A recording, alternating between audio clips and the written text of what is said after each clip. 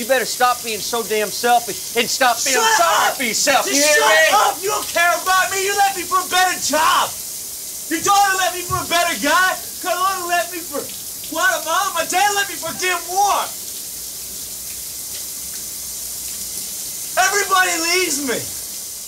Whether you only check out new shows once they become popular TikTok memes, or you still refer to them as my stories, everyone enjoys getting sucked in by a gripping TV drama. On today's RT Essentials, we're looking back at the most compelling TV series of all time, the shows you absolutely cannot stop watching, even though you gotta be up early tomorrow and you're really gonna feel it in the morning. Just one more episode. It's fine, you'll have an extra cup of coffee. Clive has the evening off. Right, Cook? We got something we need you to sign. And just to enable your bad binging habits further, because that's what we do here, we have an announcement to make about a special something we think you'll love. So the lists you've been enjoying on the show are typically based on our editorial pieces you can find on our website, RottenTomatoes.com. But this episode's list is based on a section of our brand spanking new book for all you television completists out there. Introducing Rotten Tomatoes, the Ultimate Binge Guide, with 296 must-see shows that change the way we watch TV. Not only is it a fascinating look into the evolution of TV through engaging series write-ups, infographics, and deep dive essays, we see it as a challenge, a bingeable bucket list of the shows you just have to see before you die, broken down into fun sections like Tony, Walt, Don, and the anti-heroes we loved and hated, animation that demands to be taken seriously, competitions and docu-series that capture the zeitgeist, and much more. The Ultimate Binge Guide is available for pre-order now and will be released in November. So make sure to grab one because there really isn't any better companion for the seasoned couch potato and novice alike. Except, you know, actual chips. Chips are actually the best seasoned potatoes to be eaten on a couch. I hear the argument from waffle fries. I'm going with chips. Okay, we got the coffee. I like iced tea. We'll swap out iced tea. Got the chips. We got a final reminder that the spoiler alert is in effect for all the shows we're going to be talking about. And if you're ready, let's get dramatic. Desperate Housewives. Normally, there's never anything newsworthy about my life. But that all changed last Thursday. Before creating Desperate Housewives, Mark Cherry was best known as a writer-producer for the still-beloved sitcom Golden Girls. Cherry started pitching a concept for a darkly comic primetime soap opera, which he referred to as a combination of Knots Landing and American Beauty, with a bit of Twin Peaks thrown in.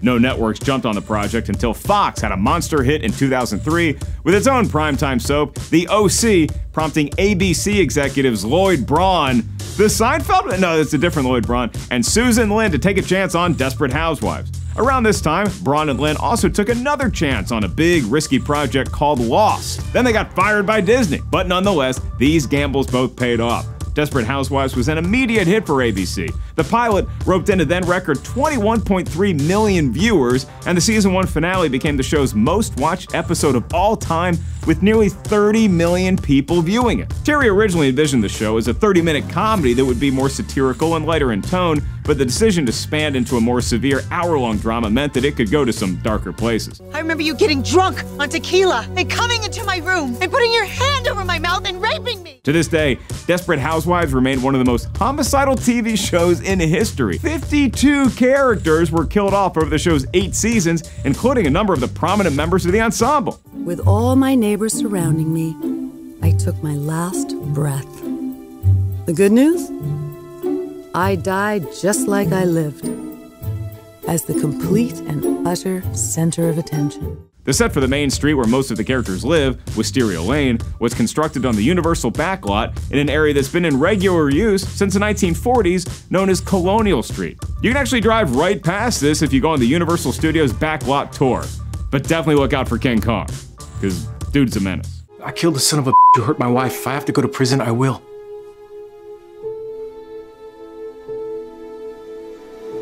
That's not gonna happen. Friday Night Lights. Hey, you gonna knock him on his ass? Don't stop driving. Keep driving your legs. Keep moving. Yes, sir. You wanna come by tomorrow? Come out practice with us? Yes, sir. All right, you be at my office at 7 o'clock. Not 7:01, 7 o'clock sharp. We'll fit you up. All right. All right, then. High school football drama Friday Night Lights started life as a 1990 nonfiction book by author H.G. Bissinger, which inspired a 2004 movie from director Peter Berg, who it turns out is actually the author's second cousin. Boy, everyone is someone's second cousin. The nepotism in this town. You think you're champions because you wear the Panther uniform? You're wrong. You think you're champions because they give you a piece of pie at the diner? You're wrong. NBC had already tried to mount a Friday Night Lights series in the early 90s, shortly after Bissinger's book was first published.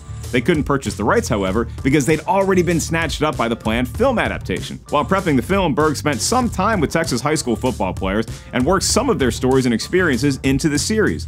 Berg attended one 2003 game in which a young San Antonio football player, David Edwards, was paralyzed, and this experience was a major influence on him when conceiving of the show. Give all of us gathered here tonight the strength to remember that life is so very fragile.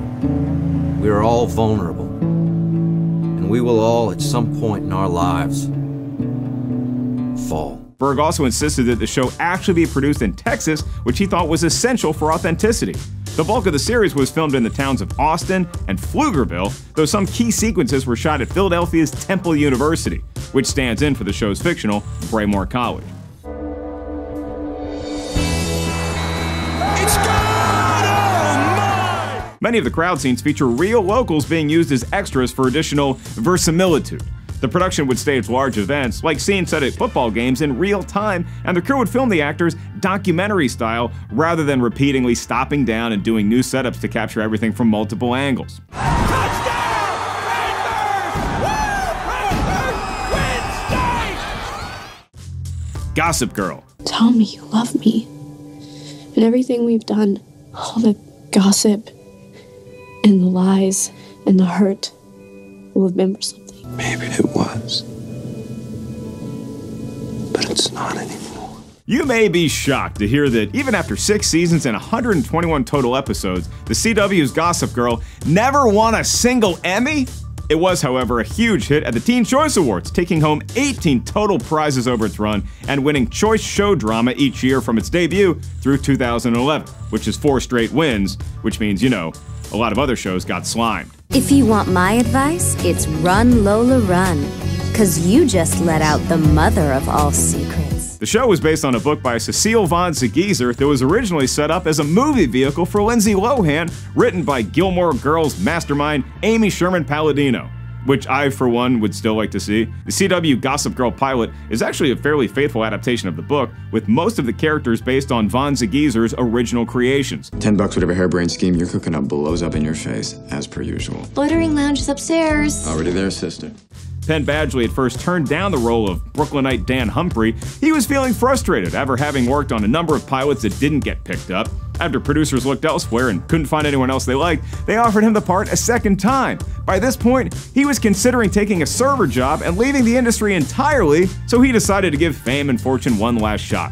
Safran has said that of all the actors in the series, Badgley's real personality is closest to his character. I'm not taking anything from you, Blair. I was invited. And as for taking me down, I'd love to see you try. The idea of casting Blake Lively actually came from checking out forums where fans of the books were pitching their own ideas. Lively had starred in The Sisterhood of the Traveling Pants, and several book fans were sure she'd make a perfect Serena. As it turns out, creators Schwartz and Savage agreed. At the time, Lively was also thinking about getting out of acting and going to college. The network assured her she could make both the show and attend Columbia University at the same time. She didn't get it in writing in her contract, though, so it never actually happened. Always get it in writing, kids. Or better yet, just don't go to college. No? Oh, okay. Go to college. Shut up! You shut up! No! Get Blair up! Downton Abbey. Of course I'll marry you, you old booby. I thought you'd never ask. Perhaps the British historical drama Downton Abbey feels like such an accurate snapshot of daily life in an English manor house because it was created by a bona fide member of England's landed gentry. Novelist and screenwriter Julian Fellowes, who conceived of the series alongside British TV producer Gareth Neame, is also known as Baron Fellowes of West Stafford and serves as a member on the British House of Lords. So remember, if you meet him in person, you gotta curtsy but do not hold it for longer than 3 seconds. Fellowes had previously written the Oscar-winning screenplay for Robert Altman's film Gosford Park and penned out the series as a spin-off of that film.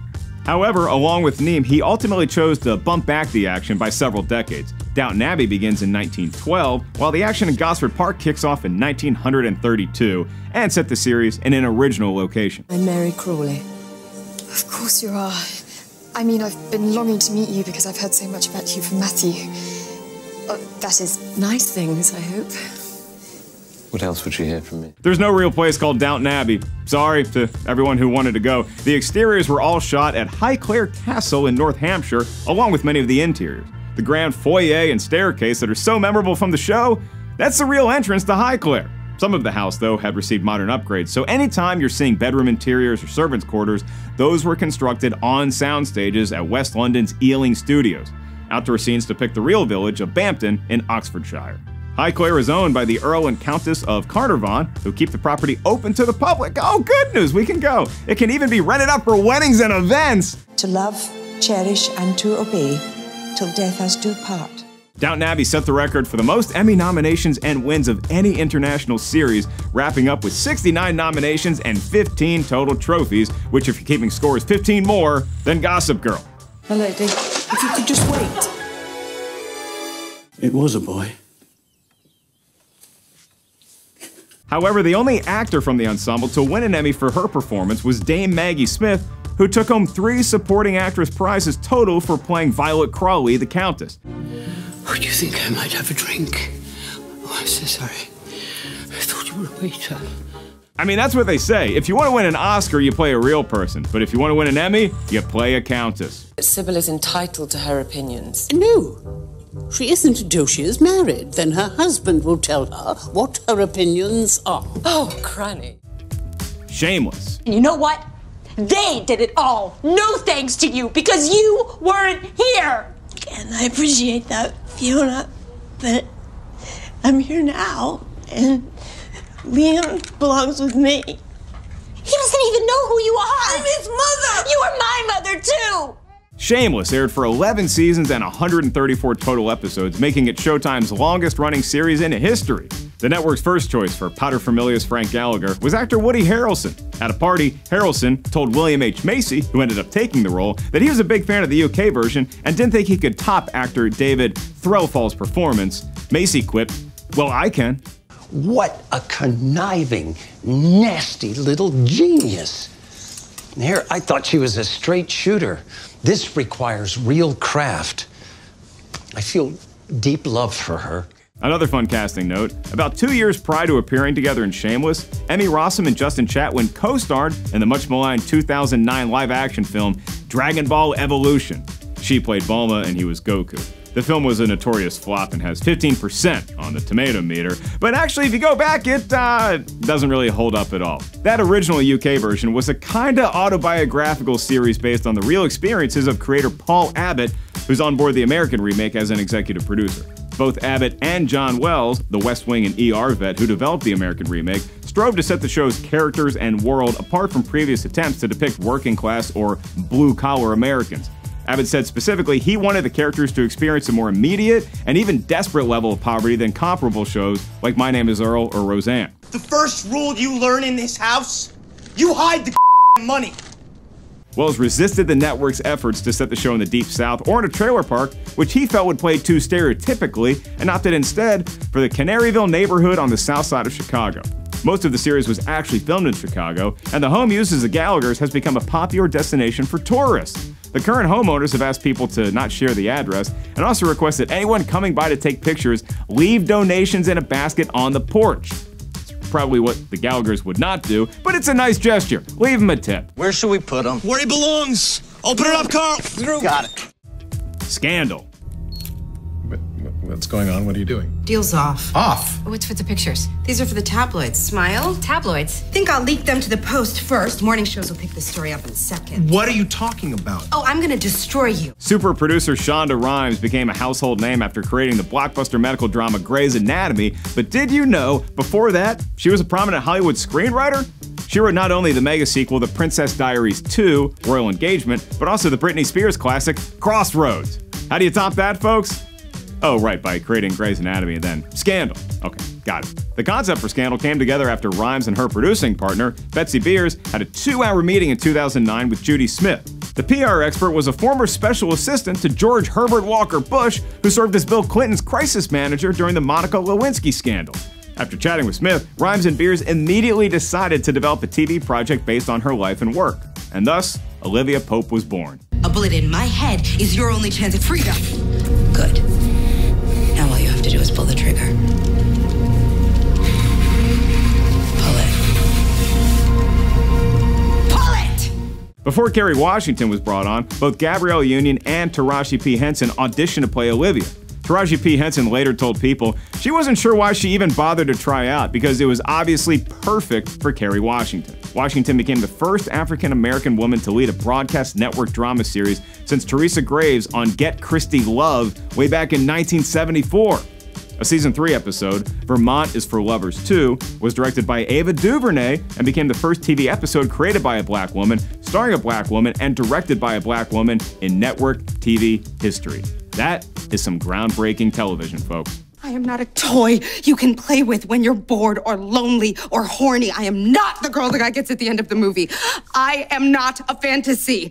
If you want me, earn me! Washington was nominated for Emmys twice for playing Olivia, but never got the win. She did eventually collect a trophy in 2020, but it wasn't for her acting. She won for executive producing the TV special live in front of a studio audience, All in the Family and Good Times.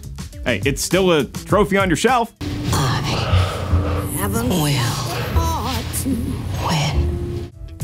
Vikings. You? No, what about you? No, anyone? Who wants to be king? Vikings, which debuted back in 2013 on Canada's History Network, was inspired by stories about legendary Norse hero Ragnar Lodbrok, the subject of a number of old Norse poems and Icelandic sagas. Hey, kind of like Thor and Loki. The series opens in the year 793 and reimagines Ragnar as a farmer who rises to prominence by raiding England, eventually being crowned a Scandinavian king. It's rooted specifically in 3 works: the Icelandic saga Tale of Ragnar Lodbrok, the Old Norse story Tale of Ragnar's Sons, and the 12th century Danish historical chronicle Gesta Danorum, or Deeds of the Danes. Think of them as medieval fan fiction, largely composed centuries after the events they're describing. Do you swear allegiance and fealty to me and to my family from this day forth? It won't be so long then. The show was created by Michael Hurst, who had previously worked on 2 very different historical drama series for Showtime, The Tudors and The Borgias. Hurst became interested in the Viking era after working on a different script about 9th century English king Alfred the Great, who had fought in the Viking Wars on the other side. In his research, Hurst found that the Viking story was typically related by their enemies because the Vikings themselves weren't too big on writing things down. So what we know of their culture and lifestyle was basically reported by the Christian monks in communities they were attacking, naturally exaggerating their bloodthirstiness and violence. So Hurst was inspired to try and tell a story from the Vikings' point of view. Kind of like the Hagar the Horrible comics, but you know, a little more detailed and accurate and, in this case, live action.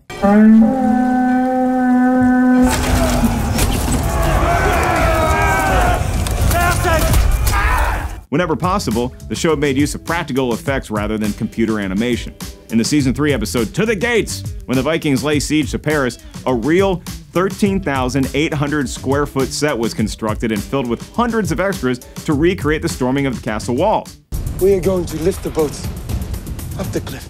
In the season 4 episode Portage, the crew actually used a rope and pulley system to haul boats over the side of a cliff as the real Vikings would have done, though they also had a crane attached to the boat to ensure it wouldn't fall. I mean, come on Vikings, you didn't think of everything.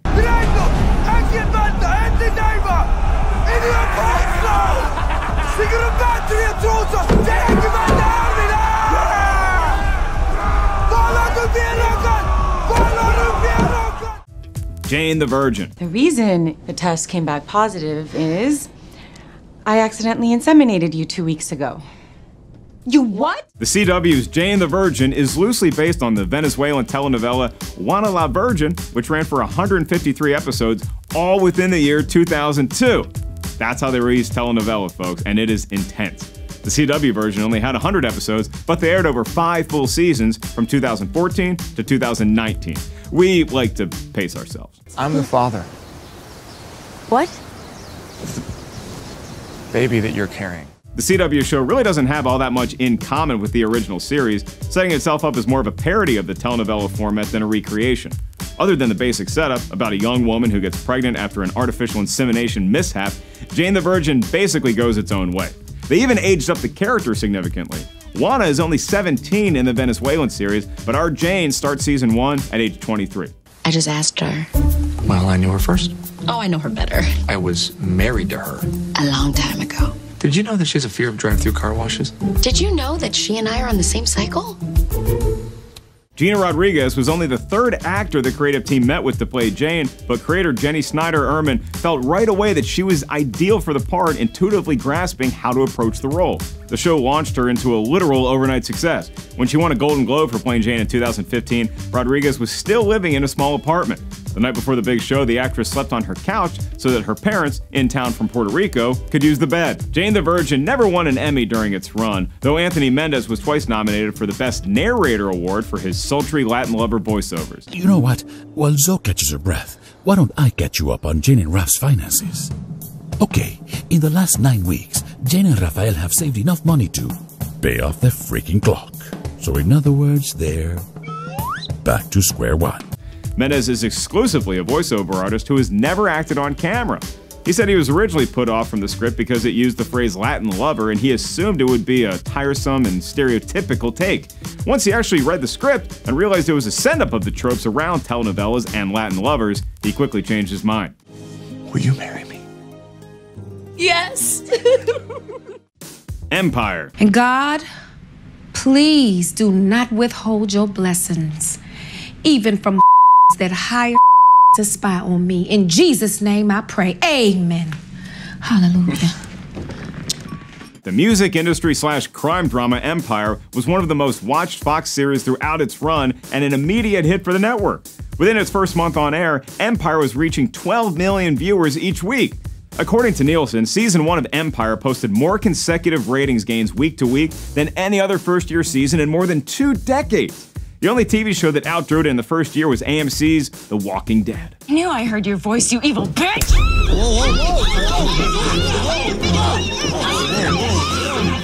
Co-creators Danny Strong and Lee Daniels came into the project with very different ideas for what the show would become.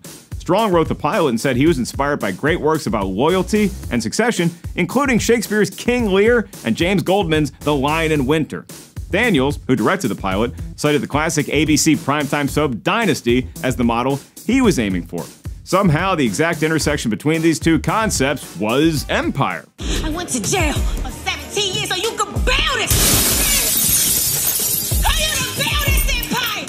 Stars Taraji P. Henson and Terrence Howard, who play hip-hop moguls Cookie and Lucius Lyon respectively, had worked together several times prior to Empire, most notably in the 2005 film Hustle and Flow. See, that was for Cookie. See, I got a whole lot of memories coming back to me, and unfortunately, when it concerns you, they're all bad. And it makes me want to shoot you in your damn head. After reading the script in 2014, it was Henson who suggested to producers that they bring in Howard. Before that, Wesley Snipes had also been considered for the role of Lucius, so long as he promised to stop trying to skate uphill. It's a joke from Blade, and a funny one. I never let anything come between friendship. Except the bullet. The show always had full-time musicians on staff to create the original music being released by the fictional Empire Entertainment. For the first 2 seasons, iconic hip-hop producer Timbaland wrote all the songs for the show, in some cases based on prompts or themes provided by the writers. After Timbaland departed in season 3, Rodney Darkchild Jerkins and Esther Dean replaced him. Once I get finished whooping both of y'all's asses, you're gonna wish you never met a hood rat like me. Just wiping my hands. This Is Us. Because all I know is if I had been there, I would have walked through literal fire and I would have pulled that man out. Well, Kev, I guess we'll never know because you weren't there. And he died ashamed of you. I mean, you're not even chasing Dad's shadow, Kevin. You're chasing mine. But you'll never be him, and you'll never be me, because you'll never know what it's like to devote yourself to anyone other than yourself. The NBC drama This Is Us started life as an 80-page movie script that creator Dan Fogelman wrote while working at ABC Studios in 2015. The story followed 8 different adults who were eventually revealed to be octuplets after he moved his contract from ABC to 20th Century Fox Television Fogelman reworked the octuplet script into a TV pilot, mostly by dropping several characters. The title This Is Us was the result of a long brainstorming process. Other titles they considered included 36, Happy Birthday, and The Story of Us. His life is going to be challenging enough. He doesn't need to have a dad who's going to drop dead one day trying to teach him how to tie his shoes. Oh, like his mom might. I didn't say that. Because the show plays around with chronology and time, events are planned out far in advance. While most TV dramas approach each season as essentially a new story arc, by the second season of This Is Us, Fogelman already had a rough outline for all the major events that would occur throughout the show's 6-season run, most of the events resulting in tissues. This also means that it's crucial to keep plot details a secret, as much of the show is based on twists and turns, many of which won't be revealed for multiple seasons.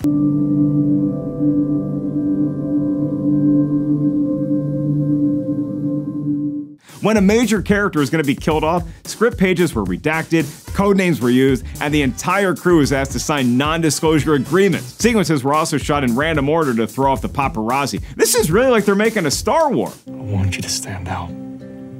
I want all of you to be as different as you can possibly be, in all the best ways. Jack Chevelle on the series is actor Milo Ventimiglia's real car, which he donated to the production. In lieu of payment, Ventimiglia asked the production to spend the cost of the car on coffee and burgers for the crew. What a nice guy. He could have just bought me a Camaro, which again is what I've always wanted. But I like talking to you. A lot.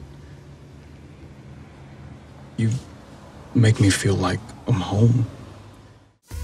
Pose. God may have blessed you with Barbies, a backyard with a pony in it, a boyfriend named Jake, and an unwanted pregnancy that your father paid to terminate so you could go to college and major in being a basic.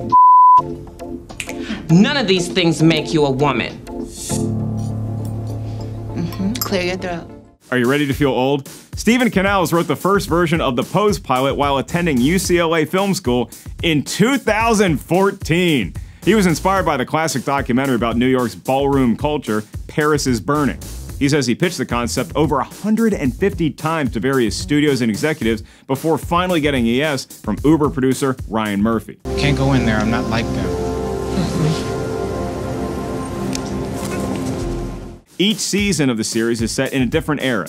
Canals explained that the time jumps allowed the writers to make the stories more compelling and dynamic. They weren't pinned down by what had immediately happened to these people previously, but could think long-term about where their path was taking them. 1990 was also chosen because it was such an eventful year for the LGBTQ community and ballroom culture, including national protests over access to HIV treatment and, of course, the debut of Madonna's Vogue. The Catholic Church has spent millions of dollars putting the false message into the world that condoms don't work, and that abstinence is the only way to fight HIV. That is a lie. And that is morally wrong. The show was one of the first in TV history to insist on trans inclusion both in front of and behind the camera.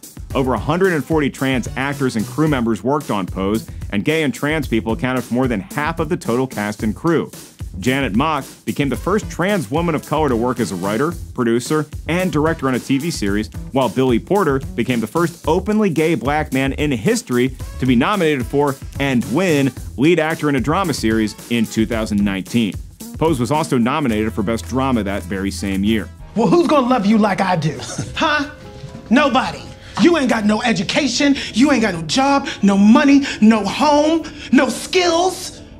And worst of all, you are positive. That's why your ass came to me. Don't nobody want us. So whether you'd like to treat yourself to just one episode a week as a little snack, or binge through a new show within the first 48 hours, that's a lot of classic TV to comb through. And don't forget, you can find so many more great dramas that weren't even mentioned here in Rotten Tomatoes, the ultimate binge guide book, a bingeable bucket list of all the shows you need to see before you die, coming November, with pre-orders open now. As always, keep it here on Rotten Tomatoes for lots more info about all the movies and TV shows that matter most. Or just matter a lot. We don't want to make it a competition. You do you, and I'll see you next time on RT Essential.